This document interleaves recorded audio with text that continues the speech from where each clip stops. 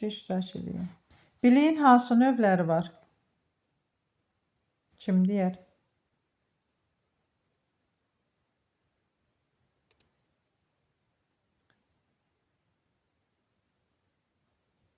Müəllimi, birinci qoşulanlar desin, ilk dəfə qoşulanlar, yoxsa ümumi verirsiniz sualı? Ümumi verirəm. Yəni ümumi verirəm.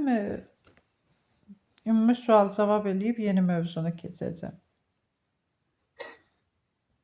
Deyə bilərəm mən müəllimə. Buyur Nilay müəllim. Deməli, faktoloji bilik, yəni deklarativ, konseptual bilik, sonra faktolojidir, konseptualdır, metakognitiv bilik, bir də prosedural bilik. Ən sonda da metakognitivdir. Bəli. Təfəkkürün hansı növləri var? Kim deyər?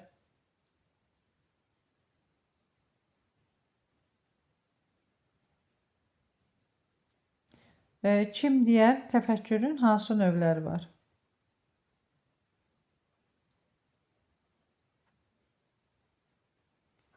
Müəllimə, olar onda mən deyim. Buyur Nilay müəllim. Məntiqi, tənqidi, yaradıcı təfəkkür. Bəli, təfəkkürün 3 növü var. Çox növ var, amma biz təfəkkürün 3 növünü keçirik. Məntiqi, tənqidi, yaradıcı təfəkkür növlərini keçirik. Düzdür. Kim deyər? Kurikulum nədir? Nilay müəllim buyur. Müəllimə, bax, sualı eşitmədim. Təkrar edə bilərsiniz. Səs qırıldı. Kurikulum nədir? Həmişə kurikulumu yadımdan çıxarıb qayda. Kurikulum o zəhmət olmasa bir başlıq deyərdiniz. Kurikulum təhsilin məzmunu, təşkili. Bəli, məzmunu, təşkili, konseptual sənətdir. Qiymətləndirilməsi bir də. Məzmun, Bəli, bəli. Məzmun, təşkil, qiymətləndirməsi, bəli. ilə bağlı konseptual sənətdir. Məzmun deyəndə nə nəzərdə tutulur Nilay müəllim? Məzmun deyəndə yəni nə keçəcəm, təşkil deyəndə necə keçəcəm, qiymətləndirib necə qiymətləndirəcəm. Bəli. Yəni məzmun bizim şagirdə öyrətdiklərimiz, şagirdin öyrəndikləri. Bəli, bəli, Təşkildə hansı forma, üsullardan, metodlardan istifadə edərək təşkil edib dərsimizi keçəcəyik. Qiymətləndirmədə şagirdlərin təlim nailiyyətinə qoyulan dövlət tələb edir ki, bunu qiymətləndirmə əsasında həyata keçiririk. Qiymətləndirmənin hansı növləri var Nilay müəllim? Qiymətləndirmənin formativdir, diaqnostikdir, bir də summativdir. Formativ gündəlik, yəni qiymət yazmırıq, gündəlik gələcəyə yönəmli olan qiymət. Diaqnostik keçmişlə bağlı yoxlayırıq biliklərini, summativdə ən son yekun biliklərini yoxlayırıq. Amma Nilay müəllim, mənim sualıma diqqət yetirdiniz. Bəli, siz məktəb daxili qiymətləndirmənin növünü dediniz. Formativ, summativ, diaqnostik qiymətləndirmə. Ümumi qiymətləndirmə, ümumi qiymətləndirmə. Məktəb daxili. Bəli.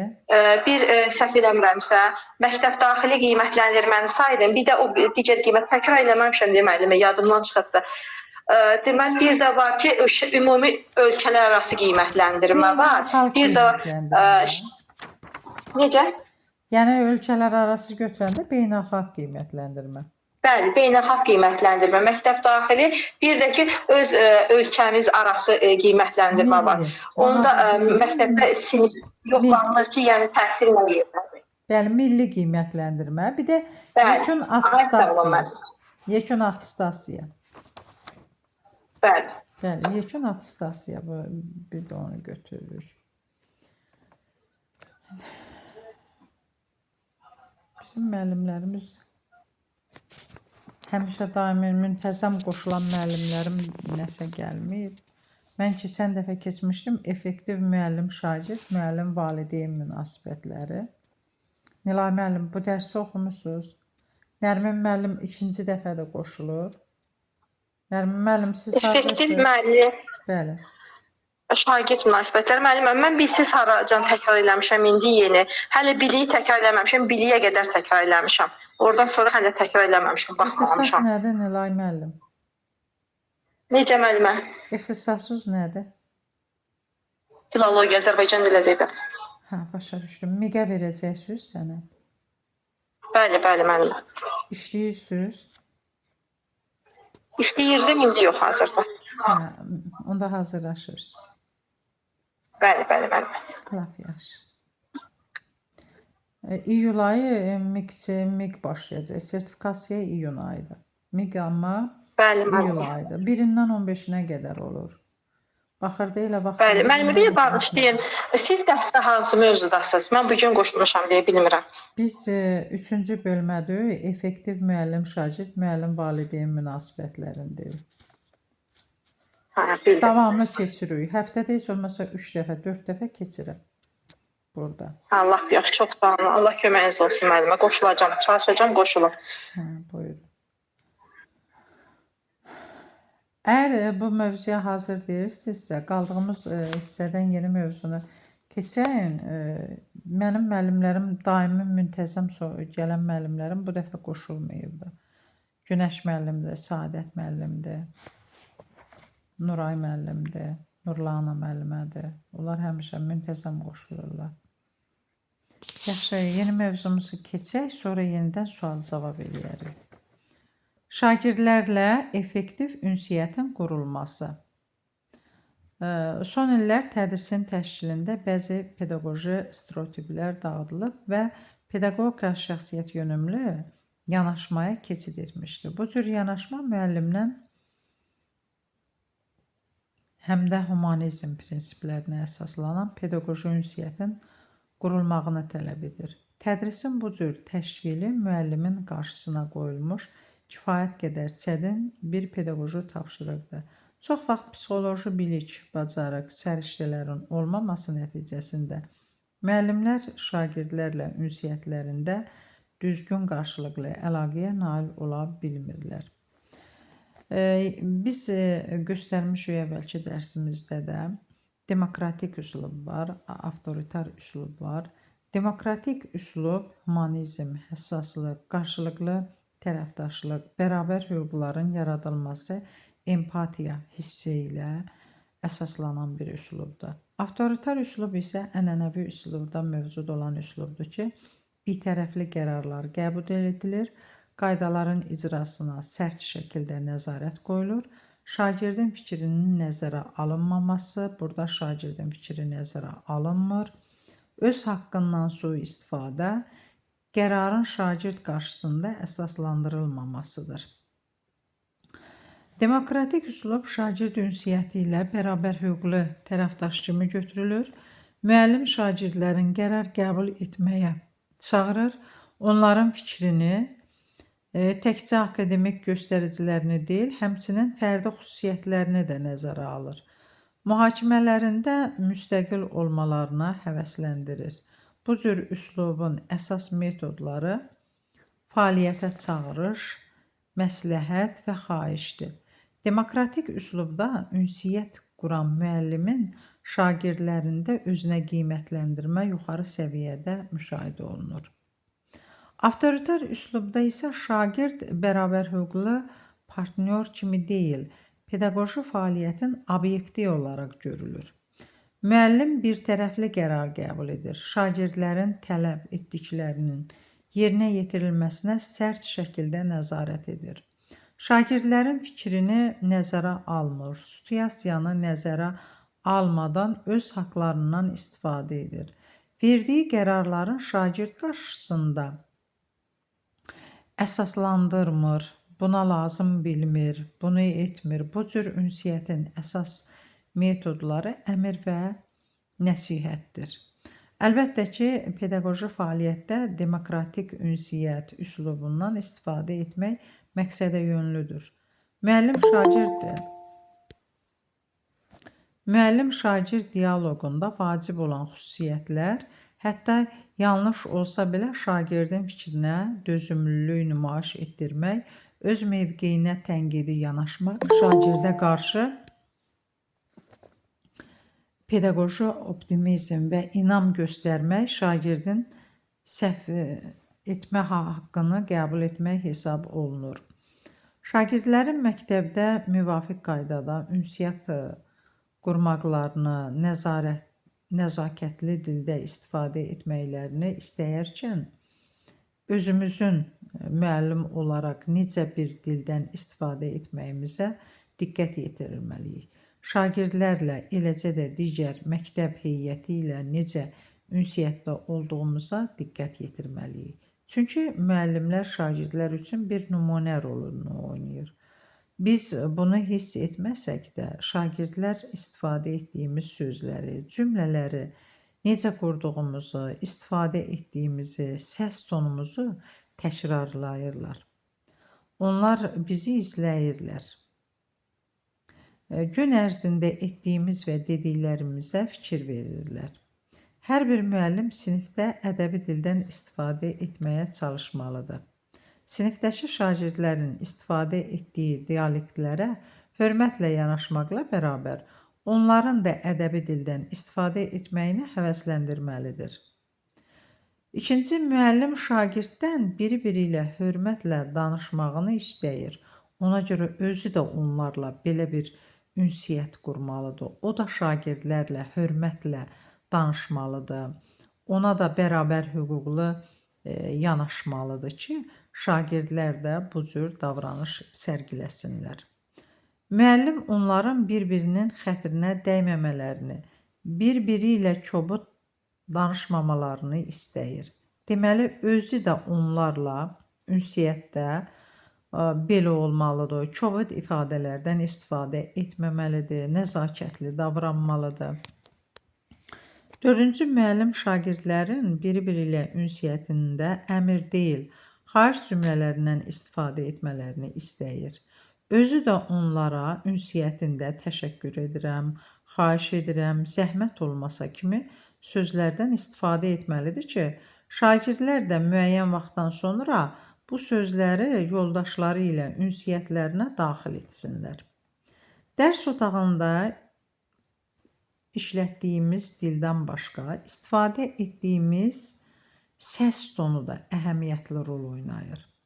Yaxşı müəllim şagirdin üstünə qışqırmır və ya ona yüksək səslə əmrlər vermir. Gün boyu baş verənlərə reaksiya olaraq səs müxtəlif tonlar ala bilər. Lakin daim sakit və idarə olunan səs vacibdir. Sinifdə yeni mövzu və ya kitab təqdim edərkən isə müəllimin səsində xoş həyəcan və entuziazm bilinməlidir. Müəllimin şagirdlə söhbətində istifadə etdiyi sözlərin şagirdin inkişafında çox böyük rolu var. Bəzən şagirdlər inkişafına təkan verir, ondan bu və ya digər davranışı biz tələb etmək əvəzinə sadəcə niyə bu davranışın yaxşı olduğunu ona bir neçə dəqiqəliyinə izah etmək qədər sadədir. Bu özünü xüsusilə də şagirdin sosial inkişafında göstərir. Böyüklər tərəfindən səsləndirilən simulyativ və ya dəstəkverici cümlələr şagirdin inkişafını daha da gücləndirə bilər. Müəllim şagirdlə empatiya qura bilirsə, onun hisslərini, fikirlərini nəzərə alan cümlələr qurursa, bu zaman şagird hiss edir ki, müəllim ona inanır. Yəni, müəllimin istifadə etdiyi sözlər, qurduğu cümlələr şagirdin inkişafına müsbət və yaxud mənfi təsir göstərə bilər. Effektiv müəllim-valideyn münasibətləri. Valideynin tədris prosesinə cəlb olunmasının şagirdin akademik nailiyyətində və şəxsiyyət kimi formalaşmasında böyük rol oynadığı uzun müddətdir ki, qəbul olunmuş bir faktdır. Ona görə də müəllimlərin peşəkar məsuliyyətlərindən biri də valideynlərin övladlarının öyrənmə prosesinə cəlb olunmasına nail olmaqdır. Valideyn cəlb olunması o deməkdir ki, onlar övladlarının məktəbdəki performansından, davranışından, sosial-emosional vəziyyətindən, məktəbin funksiyasından, keçdiyi tədbirlərdən xəbərdardır. Valideynləri şagirdlərin öyrənmə, akademik inkişafına effektiv şəkildə cəlb etmək üçün müəllimlərin valideynlərlə düzgün münasibət qurmaları lazımdır. Bəzi hallarda valideynlərin məktəb həyatına cəlb olunmasında aktivlik müşahidə olunmur. Valideynlər məktəbə ya az gəlir, ya da övladlarının məktəbdəki vəziyyəti ilə maraqlanmır. Nəticədə şagirdin həm davranışında, həm də akademik nailiyyətlərində gerilələmər müşahidə olunur. Ümumilikdə məktəb, müəllim, valideyn öz tərəfdaşına çevrilməlidir. Valideynin məktəbə cəlb olunmasına mane törədən bəzi amillər var. Necə olur ki, valideyn məktəbə gəlmək istəmir? Birinci, valideyn iclaslarının ümumi keçirilməsidir. Burada konfidensiallığın gözlənməməsidir. Hansısa şagirdin qüsurlarının hər kəsin yanında valideyninə deməsidir. Onu gələcəkdə valideyn iclaslarında iştirakdan yayındıracaq, ümumiyyətlə müəllimə və məktəbə qarşı rəğbət azalacaqdır. Bəli, həqiqətən də müəllim durub valideynə, Həsənin atasına və yaxud da anasına onun çatışmayan cəhətlərini deyir, səs salır, biz onun dərs keçə bilmirik, uşaqları vurur, dərsdə düzgün oturmur, məsuliyyətsizdir.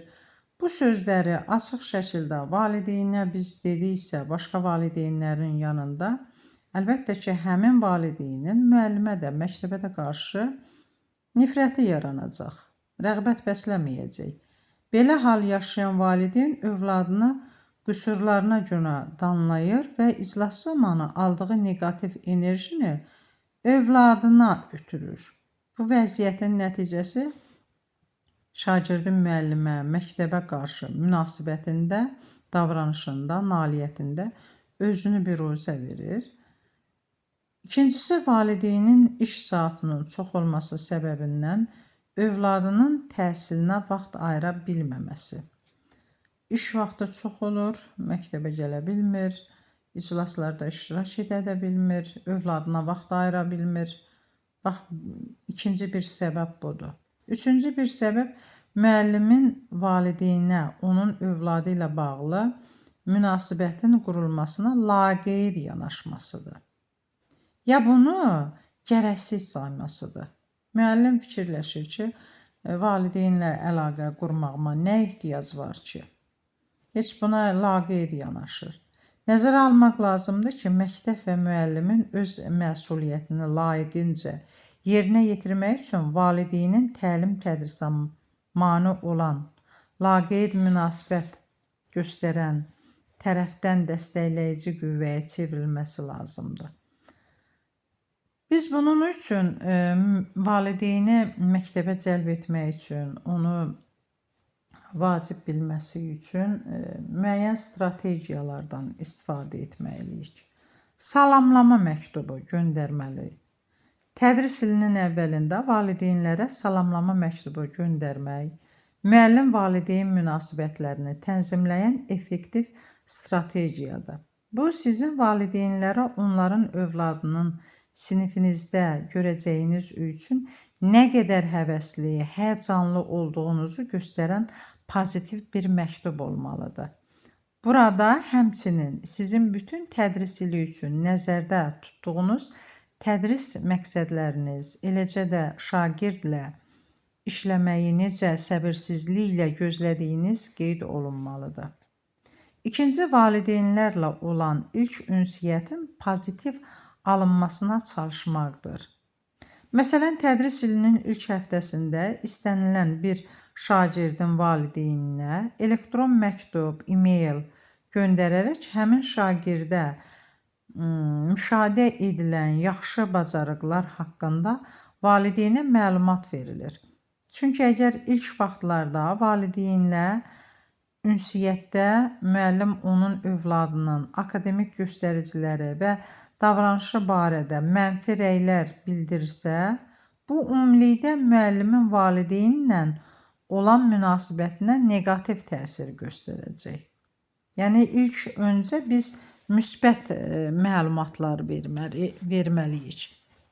Neqativə köklənməməliyik.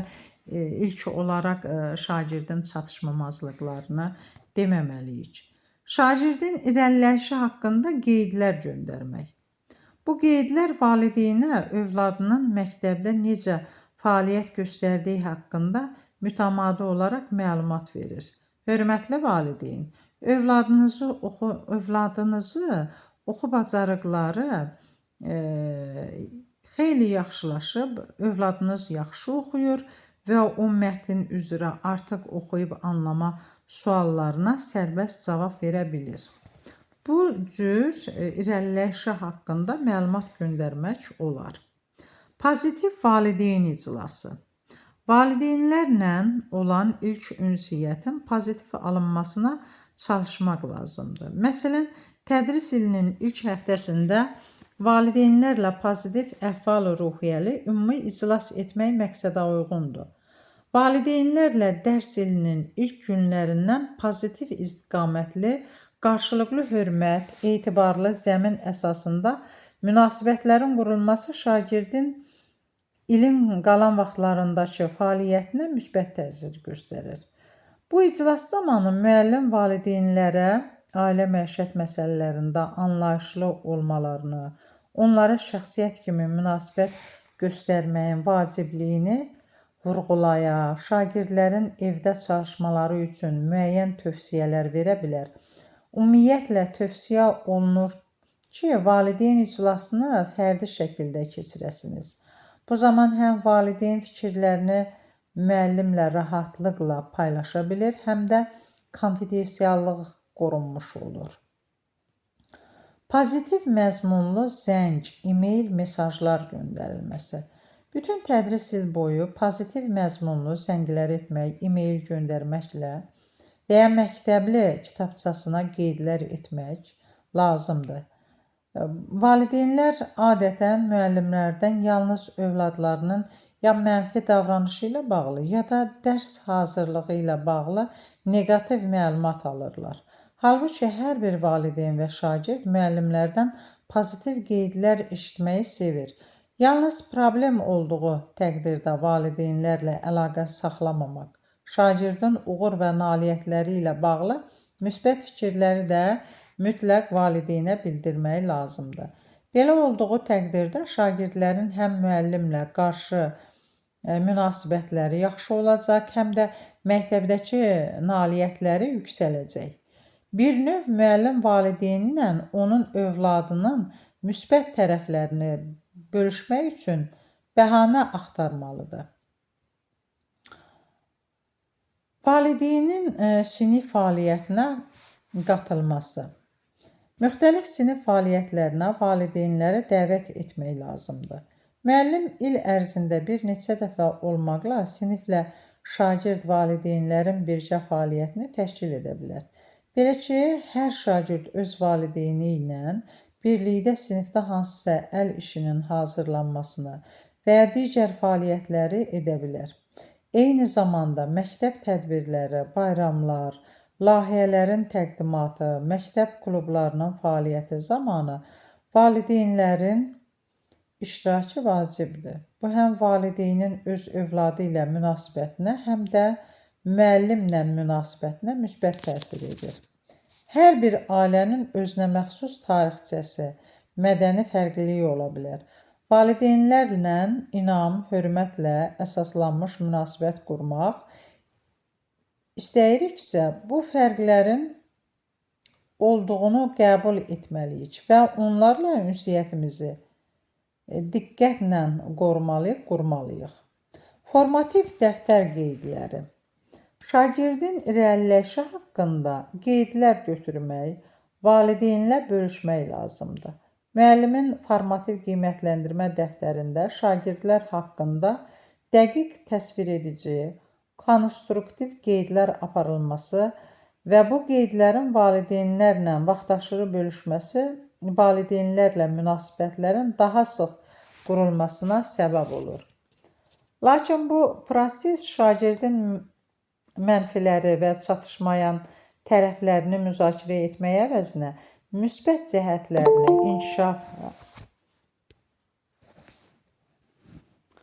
inkişafa ehtiyacı olan tərəflərinin müzakirəsi formasında aparılmalıdır. Burada açar məqam müəllimin şagirdin çatışmayan xüsusiyyətlərinə problem kimi deyil, inkişaf etdirilməli və üzərində işləməli olan məsələ kimi baxmasıdır. Valideynlərlə düzgün münasibət qurmaq üçün bir neçə məsələyə diqqət etmək lazımdır. Təşəbbüsü ələ almaq.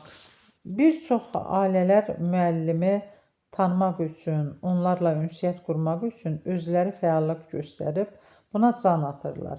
Bəziləri isə bunu etmirlər. Məsuliyyətini dərk edən müəllim valideyni gözləmədən heç bir gecikmə, çaşqınlıq yaratmamış, özü münasibət qurmaq üçün təşəbbüsü ələ alır. Təkidli olmaq. Valideynlə əlaqə yaratmaq müəyyən bir vaxt apara bilər. Onlar ola bilir ki, sizin birinci, ikinci, hətta üçüncü çağırışınıza cavab verməsinlər. Bunun üçün onların bir neçə səbəbi ola bilər. Müxtəlif yollardan istifadə etməklə, müxtəlif məzmunlu mesajlar ötürüldüyünüzdən əmin olun və onlarla əlaqə yaratmağa davam edin. Ailə ilə empatiya yaratmaq. Nədir bu? Özünüzü ailənin yerinə, vəziyyətinə təsəvvür etməyə çalışın. Bu sizə valideynlə əlaqə yaratmaq üçün nədən və necə istifadə etməyi müəyyənləşdirməyə kömək edəcək. Məxfiliyi qorumaq. Həm şagirdlərə, həm də onların valideynlərinə göstərilən münasibətin vacib tərəflərindən biri də şəxsi məlumatların məxfiliyinin qorunmasıdır. Bu cür məxfi məlumatlara test nəticələri, akademik göstəricilər, sağlamlıq vəziyyəti, davranış məsələləridir, ailə-daxili münasibətlərdən xəbərdar olmaq ola bilər. Valideyni anladığınızı göstərmək. Bu müəllimin dialoq zamanı fəal dinləyici funksiyasını işə salmasıdır. Yəni müəllim valideynə onun sözünü kəsmədən sonacan qulaq asır, sonra dinlədiyini ümumiləşdirərək valideynindən ona düz başa düşüb-düşməmədiyini dəqiqləşdirir. Bununla kommunikasiya zamanı olan hər hansı bir səhv anlaşmanın qarşısını almış olur. Yeni dərsimiz müəllimlər bu qədər. Nilay müəllim. Gəlin Bəli, müəllimə, buyurun. Gəlin sual-cavab eləyək bu mövzunu qısaca.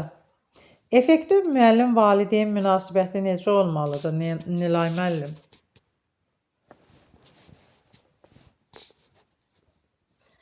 Müəllimə, effektiv müəllim valideyn münasibəti bilirik ki, əgər şagirdi, müəllim nəsə bir problemli məqam varsa, onu valideynin yanında deməlidir, gizlin deməlidir.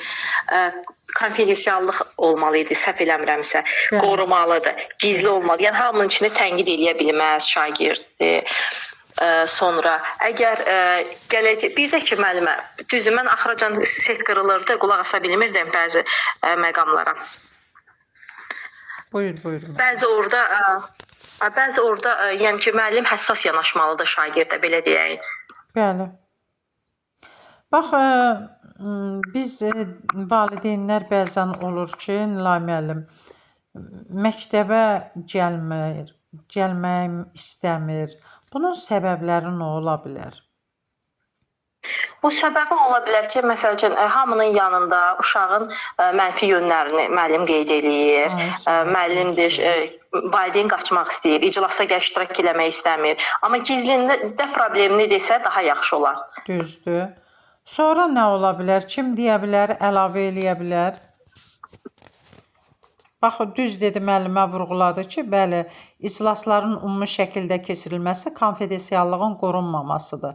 Məsələn, mən əgər şagirdin çatışmamazlıqlarını hamının yanında valideynə deyəndə, hətta müəllim kim olursa olsun, yəni orada utanacaq, xəcalət çəkəcək ki, mənim övladımın belə qüsurları var. Amma onu təhlildə deyəndə, əlbəttə ki, valideyn bundan nəticə də çıxarır. Məsələn, həmin şəkildə, aqressiv şəkildə gəlib övladına yanaşmır. Amma hamının yanında deyəndə gəlib acığını uşağın üstünə tökür, acıqlayır. Həm məktəbə, həm müəllimə qarşı neqativ fikir yaranmış olur orada.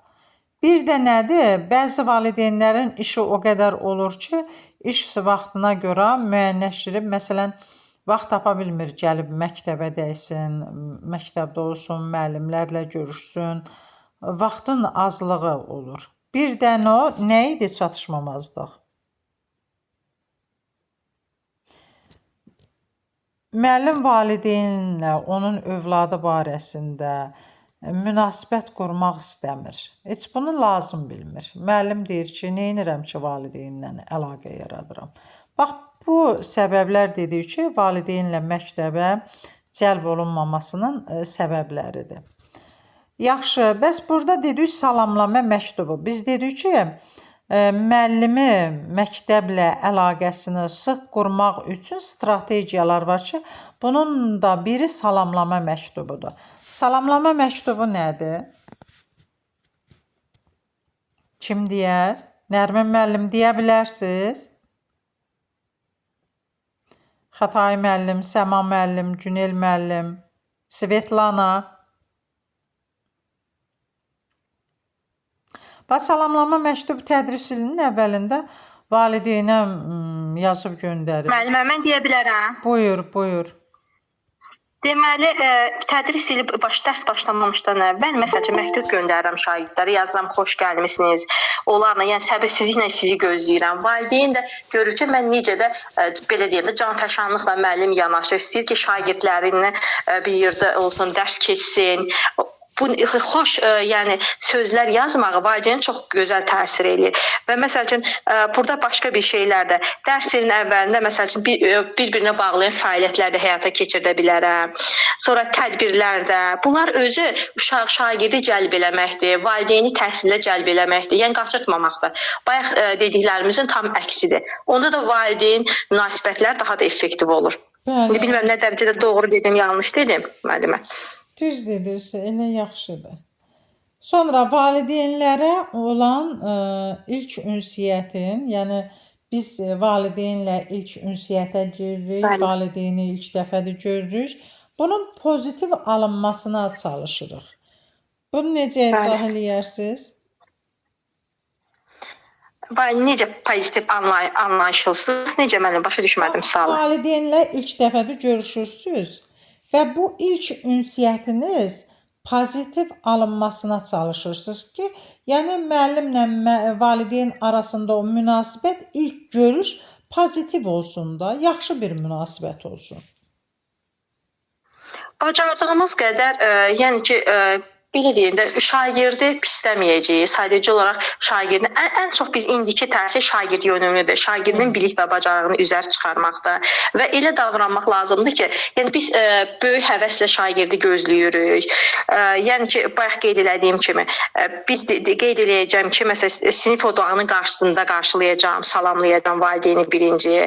Sonra deyəcəm ki, məsələn, tədbirlərdir. Onları həvəsləndirmək üçün şagird deyirəm ki, məsəl üçün dərslər, tədbirlər keçiriləcək dərs müddətində, oyunlar keçiriləcək. Bunun özü də xüsusilə ibtidai sinifdə müəllimə uşaqlar daha da həvəsləndirir. Yəni dərsə oxumağa da həvəsləndirirlər, dərsdə aktiv iştirak eləməkləri üçün. Həmçinin valideyn də xoş təsir bağışlayır ki, uşaq məktəbdən qaçmır. Bunların hamısını dərs ilinin əvvəlində eləsək daha effektiv olar düşünürəm. Məsələn, yuxarı sinif şagirdlərində bu formada çox istifadə olunmur. Sadəcə olaraq onlara belə deyək də, oyunlar keçirim. Düzdür, qrupla iş, bəzi işlər qrupla işdir, kollektivlə işdir, bütün siniflə işdir. Bu formaları keçirməklə uşaqlarda dərsə effektiv nəticə alma olur və uşaqlar da daha çox həvəsli gəlirlər. Yəni bu üsullardan istifadə edərdim. Bəli. Bax, məsələn, həm də e-mail, elektron məktub, e-mail göndərsən və ya da WhatsApp üzərində yazırsan. Bəli, müəllimə. Yazanda şagirdin müsbət tərəfini müşahidə etdiyin yaxşı tərəfləri yazırsan, ondan ünsiyyət qurursan, yaxşı tərəfin. Əgər sən elə uşağın, məsələn, birinci dəfədə heç valideyni görməmisən, indi nömrəsini yazmısan da, düzdür, şəxsi işinə götürmüsən valideynin, götürürsən, mesaj yazırsan ki, Ay Aynurə, tutaq ki, Həsənin anasının adı Aynurə. Sizin övladınız dərsə oxumur, məsuliyyətsizdir, tapşırıqları yerinə yetirmir. Elə ilk məktubunda hələ bu valideyni görməmisən, tanımırsan. Bu məktubu götürüb yazanda sənlə onun arasında isti bir münasibət yaranmayacaq. Elə valideyn Bəli, sənə düzdür. nə soyuq münasibətdə olacaq ki, elə müəllim məndən elə birinci danışığında mənə uşağımın mənfilərini dedi. Amma müsbət bir tərəfin deyəndə artıq valideynin ona qarşı müsbət münasibəti olacaq. Çalışacaq ki, elə həmin müəllimlə tez-tez əlaqə yaratsın. Özü də əlaqə yaratmağa can atacaq. Sonra şagird Məsəl üçün mən də bəli. Şagird formativ dəftər qeydləri də eləməliyik də müəllimə. Bəli. Onda da müsbət fikirlər yaza bilərik. Bəli, Və yaxud da ki, yəni valideynin özü baxsın. Yoxsa bütün sinifə belə eləyək ki, uşağın mənfi yönü nədir? Uşaq o zaman daha da həvəslə düşəcəkdir. Düzdür. Həmçinin valideyn də məktəbdən qaçacaq. Düzdür. Şagirdin irəliləyişi haqqında qeydlər göndərmək. Məsələn, bu da əsas şərtdir ki, mən tutaq ki, sinifimdə 15 şagird vardı. Mən bu şagirdin məsəl üçün fəaliyyəti haqqında, məsələn, irəliləyişi haqqında valideynə məlumat verirəm. Ki, məsələn, bu gün sənin uşağında bu irəliləyiş var. Artıq valideyn də uşağı məktəbdən gələn kimi deyir, hə, Aynurə müəllimə mənə yazmışdı ki, sən bu gün dərsi yaxşı danışmısan. Tapşırığı yaxşı yerinə yetirmisən. Uşaqda da bir həvəs yaranır, valideyndə də bir müsbət yöndə irəliləyiş baş verir. Və yaxud pozitiv valideyn iclası bunu izah elədiniz. Pozitiv məlumat, zəng, e-mail, mesaj, məsələn, göndərilməsi. Bunu deyin, Nilay müəllim. Elə bu da Bəli, mesaj, e-mail göndərə bilərik, mesaj göndərə bilər. Məsələn, o qruplar olur müəllimə. Məsələn, qruplarda uşaqlarla bağlı, ümumiyyətlə şagirdlərlə bağlı müsbət fikirlər yazmalıyıq. Bir də həssas olmalıyıq. Həmçində empatiya da qurmalıyıq ki, onların yerinə də özümüzü qoymalıyıq ki, yəni hər beynimizdən keçən fikri, belə məsəl üçün e-mail olsun, qruplarda olsun, mənim fikrimcə də kurikulum sistemində də bu doğru deyil. Yəni ağlıma gələn tutum bir şagirdin ünvanına deməyim. Yəni həssas yanaşmalıyam, empatiya qurmalıyam, məxfiliyi qorumalıyam. Nəsə bir problem olanda valideynin özünə gizlində danışmalıyam. Bəli. Bu demək demokratik üslub. Düşünürəm ki, bu yəni kurikulum demokratik üslub ən uşağı, şagirdi, valideyni məktəbə cəlb eləmək üçün ən avantajlı üslubdur. Bəli. Bax, dedik ki, valideynləri sinif fəaliyyətinə qatılmasının da əhəmiyyəti böyükdür. Məsələn, necə dəvət eləyərsən bir sinif fəaliyyəti keçirəndə? Məsələn, hansı işlər üçün valideyni də çağıra bilərsən? Necə? Yəni ki, necə çağıracağam iclasa müəllimə? Necə? Məsələn, mən rəsm müəllimiyəm. Bir rəsm əsəri çəkmək var. Bu günləri tutaq ki, Taxgül rəsmi, naturmoto çəkəcəm. Valideynləri də məsələn dəvət eləyə bilərəm. Valideynlər də övladlarının yanında əyləşə bilər, hətta onlara köməkliyi də göstərə bilər o şəklin çəkilməsində. Sinif fəaliyyətləri zamanı, yəni sinifdə hər hansı bir fəaliyyət göstərirsə, sinif fəaliyyəti zamanı valideynlərin də sinifə dəvət olunmasının əhəmiyyəti böyükdür. Və yaxud da musiqi dərsidir, dəvət eləyə bilərəm müəllimi, valideyni, valideyn gələ bilər övladı ilə birgə musiqi alətində çala bilər. Və yaxud da hər hansı bir tutaq ki, sinif içində də ola bilər. Sinif fəaliyyəti zamanı, yəni əsasən çağıra bilərik bu işləri görülməsində. Onda valideyndə də nədir? Müəllim valideyn münasibətinə müsbət təsir göstərəcək. Bir şəkil çəkməyə, rəsm dərsidir və yaxud da bir musiqi alətində çalmaq üçün gəlir valideyni dəvət eləyirəm, övladı ilə birgə məsələn çalır, bacaran valideyndirsə. Tutaq ki, çalırsa onda bəli, o da nədir? Müsbət tərəfdən təsir göstərmiş olur. Və burada dedim ki, valideynlərlə düzgün münasibət qurmağın bir neçə yolları var. Təşəbbüsü ələ almaqdır, təkidli olmaqdır, ailə ilə empatiya Bəli, empatiya yaratmaqdır, yaratmaq. məxfiliyi Bəli. qorumaqdır, valideynini anladığımızı göstərməkdir. Düzdür? Məsələn, təşəbbüsü ələ almaq deyəndə nə nəzərdə tutuldu Nilay müəllim burada? Deməli, müəllimə, təşəbbüsü ələ almaq o idi ki, məsəl üçün, məsuliyyətimizi dərk edirik də bir müəllim olaraq. Anidən bir problemli vəziyyət yaranarsa, o tez təşəbbüsü ələ alırıq, onun qarşısını almağa çalışırıq. Bax, bəzi Bir ailələr müəllim var, kimi. Nilay müəllim.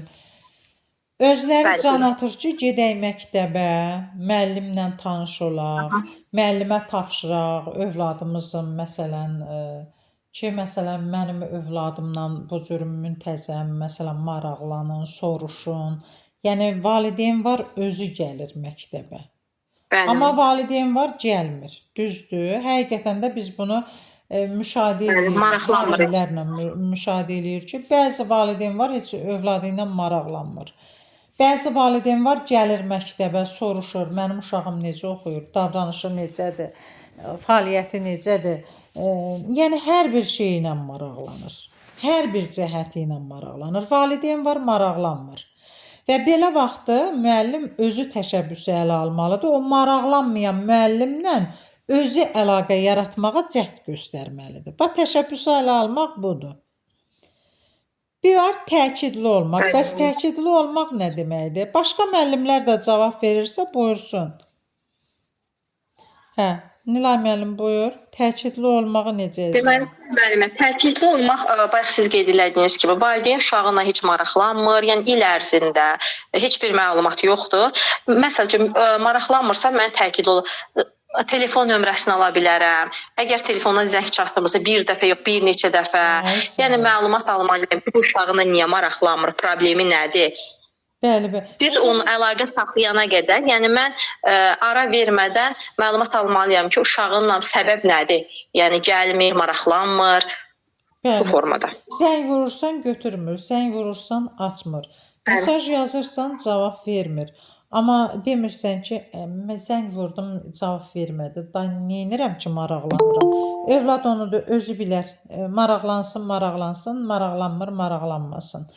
Heç mən də maraqlanmıram deyib deməməlidir. Əksinə dəfələrlə, yəni o telefonu açıb ona cavab verənə qədər neynəməlisən? Onunla əlaqə yaratmalısan. Ailə ilə empatiya yaratmaq bu nə deməkdir? Bu da məsəl üçün, valideyn mən əlaqə saxlayıram. Valideyn problemi deyir ki, məsəl üçün, gec saatlara qədər işdə olur, ona görə uşağınla maraqlana bilmir. Mən onu başa düşməliyəm. Yəni, valideyn iclasında da iştirak eləmirsə, yəni bütün sinifin içində, valideynlərin içində mən onu durub tənqid eləməyə ixtiyarım yoxdur. Onu başa düşməliyəm ki, səbəbi var da uşağınla maraqlanmamağına görə. Bu formada düşünürəm mən. Bəli, empatiya, yəni sən özünü başqasının yerində qoyursan. Onun dərdinə, sevincinə qatılırsan. Empatiya hissi budur. Bəli, biz valideynin yerində özümüzü qoymalıyıq. Onun fikirlərinə qulaq asmalıyıq. Başa düşməliyik. Və məxfiliyi qorumaq nədir? Məxfiliyi qorumaq, tutaq ki, bir uşağın ailəsində problem var. Ailəsində olan problemləri, məsələn, mən gətirib dərsin ortasında, iclasda deməməliyəm. Yəni, o təklikdə, uşağın öz problemi var, ailəsində problem var, onu təklikdə həll edə bilərəm. Və yaxud da ki, psixoloqa apara bilərəm, yəni məktəb psixoloqunun məşğul ola bilər. Yəni, cəmaata belə deyəndə müəllimə, car çəkməyə olmaz. Bəli. Konfidensiallığı, məxfiliyi qorumaq lazımdır. Tutaq ki, məsələn, adi yeniyetməlik dövründə biz görürük də, uşaqlarda sevgi hissi yaranır, bir-birinə məktub yazırlar. Məktubu tutdum, Leyladan məktubunu tutdum. Gəlirəm müəllimlər otağına, doyduq, doymadıq deməyin. 8-ci sinif şagirdi Leylanı tanıyırsınız, ay müəllimlər. Bu günlər onun sevgi məktubunu tutmuşam. Görüb bir damcı boyu vardı, məktub yazırıq. Artıq burada neynədim mən? Mən düzgün eləmədim. Mən burada məxfiliyi, konfidensiallığı pozdum. Və yaxud da, gəldi ailə daxili bir münaqişəsini danışdı mənə. Deyirəm, Lətafət müəllim, xəbərim var, qonşun Leyla gəlmişdi, Həsənin anası. O yoldaşı ilə yola getmir, yoldaşı içir, onu döyür, söyür. Artıq mən burada neynədim? Konfidensiallığı pozdum. Bu valideyn öz dərdin danışdı da, bir sirrin danışdı mənə. Mən onu qorumalıydım. İstər valideynin danışdığı, istər müəllim yoldaşının danışdığı olsun, istər şagirdlərə aid olan özəl şeylər varsa, onu güzlün saxlamalıyıq. Yəni bunu hamının yanında deməməliyik, danışmamalıyıq. Bu da əsas şərtlərdən biridir. Gəlir bir də valideyni anladığımızı göstərmək. Bunu necə izah edərsiniz? İzah edeyim müəllimə. Bəli, buyur. Buyurun Nilay müəllim. Deməli, valideynlə ünsiyyətdə olanda valideynin sözünü kəsmədən, sonacan diqqətlə qulaq asmalıyam, dəqiqləşdirməliyəm. Deməli, səhv başa düşməmək üçün, yəni tam fikrimi ona yönləndirməliyəm ki, nə danışır, necə danışır. Yəni bu qanunlara, qaydalara riayət etməliyəm bir müəllim kimi. Yəni səbirsizlik göstərməməliyəm. Bəli, sonaca dinləməliyəm onu. Sonra məsələn başa düşmədiyim və yaxud da onun anlamadığım məsəl üçün sonra izah etməliyəm. Bu bəli, düz buyurdunuz müəllimə. Yaxşı, demokratik üslub nədir? Deməli, demokratik üslub bugünkü kurikulumda tədris olunan üslubdur. Avtoritar üslub isə, yəni bizim vaxtımızda olan müəllimin hökmranlıq elədiyi üslubdur. Bu demokratikdə şagirdin marağıdır, bacarığıdır, üstünlük təşkil edir. Məsələn, şagird nə istəyir, nəyə ehtiyac duyur. Avtoritar üslubda isə məsəl üçün maraqlı deyildir. Şagird necə öyrənir, nə cür öyrənir və yaxud da ki, şagird hansı yönə yönəlmək istəyir, nəyə həvəsi var. Ancaq hökmdar müəllim idi. Bu formada. Əhsən, düzdür. Bax, biz dedik ki, müəllim əgər istəyirsə, şagirdlər də nəzakətli davransın, neynəməlidir müəllim? O da şagirdlərə qarşı neynəməlidir? Nəzakətli davranmalıdır, düzdür? Bəli, bəli. Bəli, birinci özü nümunə olmalıdır. Düzdür. Bax, bizim hərəkətlərimizi, sözlərimizi, davranışımızı şagirdlər neynirlər? Yamsılayırlar, təkrarlayırlar. Buna görə də biz gün ərzində nələrə diqqət yetirməliyik? Nurlana müəllimə, Nilay müəllim.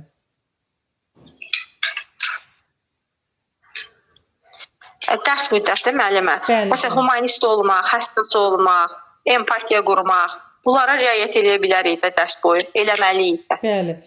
Yəni ədəbi dildən istifadə etməliyik və çalışmalıyıq ki, düzdür, əgər şagirdlər dialektdə danışırsa, şivi ilə danışırsa, buna necə yanaşmalıyıq? Başa düşmək lazımdır. Yəni ki, tənqid eləmək olmaz sinifdə şagirdlərin içində. Ola bilər. Sadəcə onu da elə deyə bilərik ki, yəni uşağın könlünə toxunmadan. Bəli. Həvəsləndirməliyik. Yəni onların da ədəbi dildə danışmağına həvəsləndirməliyik. Düzdür, onların dialektdə danışmasına hörmətlə yanaşmalıyıq. Onları məsələn lağ etmək, onlara kinayə etmək olmaz, qəti surətdə olmaz. Amma çalışmalıyıq da, yəni deməliyik ki, yəni onlar da ədəbi dildən istifadə edib danışıqlarında elə bir dəyişiklik etsinlər. Yəni burada əgər müəllim istəyir ki, şagirdlər bir-biri ilə hörmətlə danışmağını istəyirsə, özü də onlarla neynəməlidir? Hörmətlə danışmalıdır. Bəli, müəllim. Nümunədə çünki bayaq qeydlərdiniz kimi şagirdlər onların danışıqlarına, hərəkətlərinə, davranışlarına baxıb təkrar eləyirlər. Bəli. Və həm müəllim məsələn xahiş edirəm, təşəkkür edirəm. Zəhmət olmasa ifadələrini işlətməlidir ki, şagirdlər də bir-biri ilə həmin ifadələri işlətsin. Yəni biz elə necə deyirlər, güzgüyük. Nəyi öyrədiriksə, şagird də bizdən götürür öyrənir. Sinif otağında öyrənmə və öyrətmə mühitinin funksiyası vardır. Nilay müəllim. Bax, burada əsas sinif otağında o sinif otağını əlverişli mühitə çevirmək üçün, daha yaxşı bir mühit yaratmaq üçün nələrə diqqət yetirməliyik? Sinifdə dərs müddət deyirsiniz, müəllimə, fəaliyyətdə, sinif fəaliyyətləri. Sinif otağında şagird üçün əlverişli bir mühitə, məkana çevirmək üçün hansı şeylərə diqqət yetirməliyik ki, o əlverişli məkan olsun? Onda bəzi məqamlar yadımdan çıxıb müəllimə. Müəllimə, temperatur, havalandırma, məkan olması üçün Təmiz, məkan təmiz. Başa düşdüm. İşıqlandırma düzgün olmalıdır. Divarın rəngləri düzgün seçilməlidir. Aşağı sinifdə adətən deyirik, aşağı siniflərdə rəngli, məsələn, naxışlı divarlar olanda uşaq üçün daha zövq verici olur. Yuxarı siniflərdə isə biz deyirik ki, məsələn, soyuq rənglər daha sevirlər, onların öyrənməsinə müsbət təsir edir. Biz o sinif otaqlarının temperaturu, məsələn, qışda istilik lazımı qədər olmalıdır, uşaq üşüməməlidir, qalın geyinib qurtqayla və yaxud pencə ilə oturmamalıdır ki, o hərəkət edə bilsin, normal temperatur olsun, düzdürmü? Və yaxud da ki, İşığı havalandırma nə olmalıdır? Biz dərs başlamamışdan da əvvəl sinif otağı havalandırmalıdır. Eyni zamanda tənəffüslərdə də fasilələr zamanı da heç olmasa bir dəfə sinif otağı havalandırmalıdır, pəncərə açıq qoyulmalıdır ki, uşaqların beyni oksigenlə daha yaxşı qidalansın. Nə qədər yaxşı oksigenlə qidalanarsa, uşağın o düşünmə qabiliyyəti, onun fəaliyyəti daha yaxşı olar, daha yaxşı öyrənə bilər. Sonra işıqlandırmadır, uşağın düşməsi düzgün olmalıdır ki, məsəl üçün, uşaq yazı taxtasını düzgün görməlidir. Yəni, bunlar. Sonra fiziki təhlükəsizliyidir sinifin. Yəni, burada elektrik naqillərinin bəzən görürsən ki, məktəbdə üstü açıq olur. Bu olmaz. Uşaq da, məsələn, o elektrik məftilləri də, o vilkanın keçdiyi yerlərdə, kulçatorlarda, oradan bəzən olur ki, çıxır. Bir də görürsən ki, vilkanı salıb çıxardanda çıxır da. Uşaq da bilməz, ona əlin vurar. Gərək o naqillərin üstü örtülü olsun. Yəni, ona görə deyirik ki, fiziki təhlükəsizlik təmin olunmalıdır. Və yaxud da laboratoriyada işlətdiyimiz cihazlar normal olmalıdır ki, onu hər hansı bir təcrübə keçirəndə partladı birdən. Düzdürmü? Yəni, bütün bunlar normal olmalıdır, sağlam olmalıdır, işlək olmalıdır. Sonra mebellərdən istifadədir. Burada partaların düzülüşündə də əsas vardır. Partaların düzülüşünə görə hansı formaları vardır? Nilay müəllim. Məsələn, demişik, ənənəvi forma var, U şəkillidir, dəyirmi masa formasındadır, bir də qrup şəkillidir, düzdür? Ənənəvi şəkildə biz demişik ki, fərdi və cütlərlə əlverişlidir. Burada ard-bard otururlar da, düzdürmü? Yəni, ənənəvi şəkildə olanda. Amma qrup şəkil üçün effektli deyil. Qrup şəkilli də üzbəüz qoyulur. Dairəvi formada bütün uşaqlarda, zəif güclü uşaqlar arasında fərq qoyulmur. Dairəvi formada olan da daha, məsələn, burada güclü, zəif şagirdə anlayışı qalmır. Məsələn, biz adətən deyirdik ki, ənənəvi formada yaxşı bilən şagirdləri irəlidə otururdular, zəif oxuyan şagirdləri arxada otururdular. Amma dəyirmi masalarda necədir?